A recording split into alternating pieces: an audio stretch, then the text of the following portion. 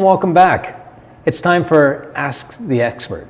And today I have an esteemed colleague and guest, Shannon Frizzell, Vice President and Foot Doctor of Ontario Orthotic Lab. Welcome, Shannon. Thank you. Thank you for having me. My pleasure as always. And today what I wanted to get some questions answered on is understanding first off, what does it mean when people say faulty foot mechanics? As you well know, everyone's feet are their base, their foundation of support. And generally, people that have a greater degree of deformity than the amount of foot compensation, it's described as faulty foot mechanics. Gotcha. Generally, the lower leg, the tibia, dictates what position the heel contacts the ground at heel strike during the walking gait cycle. Okay. And if that position or angulation is greater than the amount of foot compensation to get the foot flat to prepare for propulsion, it's described as supination. Gotcha. So if the foot isn't flattening enough, then the foot is riding that lateral border. Gotcha. And essentially that means that it's not absorbing enough shock, and it's described as supination. Gotcha. Whereas if the foot is overcompensating for the degree of deformity, it's described as pronation. And that is more common. A greater percentage of the population has pronation. Right. And it's generally where the foot flattens and the ankle rolls in. Gotcha. So if a person is an over-supinator, Right. they'll tend to roll out Exactly. to the outside of the They foot. tend to keep that And the foot body won't weight be- to the outside. Makes sense. So the foot won't be a good shock absorber in that Exactly. position. And then if we Exactly. go into overpronation where Yeah. the foot rolls in too much, it also takes that whole leg in with it as well. Exactly. And the foot isn't stable enough at that point. Okay. Perfect. So I guess what can this lead to as far as some problems? Obviously, it's not going to be so comfortable at the foot, but it can affect the entire chain, can it? Absolutely. From the feet up, we're a closed kinetic chain, and if the foot is not functioning or held in the right position, then the rest of the body can be out of alignment as well, as Right. you well know. Oh yeah, you got it. As you well know.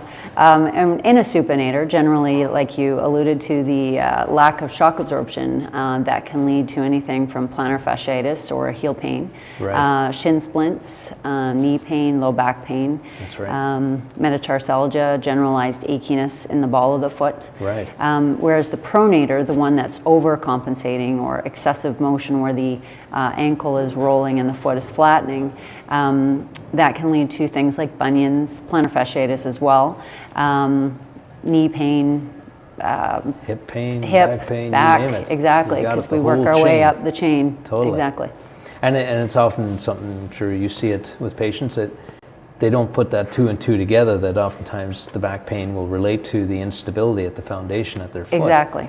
And- Exactly. Oh yeah, and especially when it comes to sports, and Right. with weight bearing with sports, would you say this is an awesome place to have something like a customized orthotic into the footwear, given the amount of force? Exactly. Plus, in a sport shoe, you tend to have a lot of room, so you Right. can make a great supportive orthotic without compromising that to fit into a dress shoe or a stiletto, like many of us women choose That's to right. wear. You got it. It's an important point to hit home on. That's it's a 50-50 relationship as far as a good orthotic needs a good stable shoe as well, right? I fully agree. So the more functional that shoe, the more functional You can the make a orthotic great be. orthotic, but if it's in the wrong shoe, it will never function to its optimal capacity. It makes total sense. So if we put that into, say, a soccer cleat or into a running shoe, Yeah. it can make for a really good fit. For sure.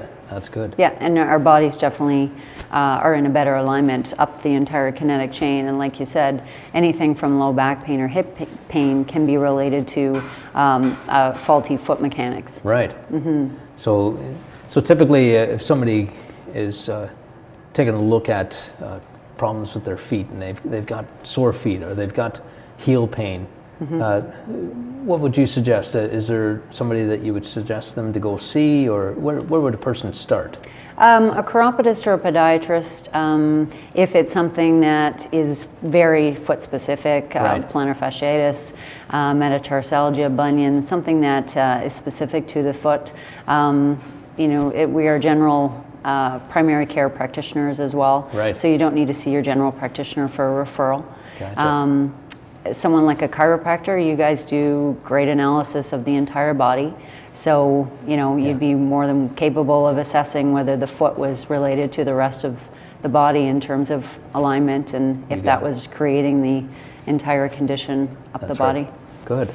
Yeah, it's a good point that you hit on. That's often what will happen is a person may come with certain symptoms into the lower chain, be it through the foot, the knee, the hip, and they come in asking for something like orthotics to start with.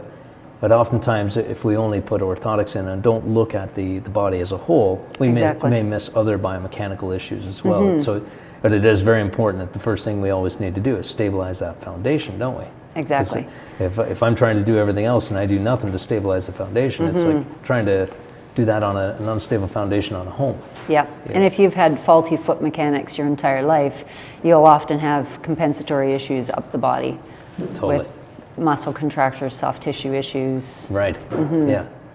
All kinds of issues there. Wow, this is good. So when we look at this for sports performance enhancement, there's a lot of great things that can happen here. It's definitely a value. Oh, yeah.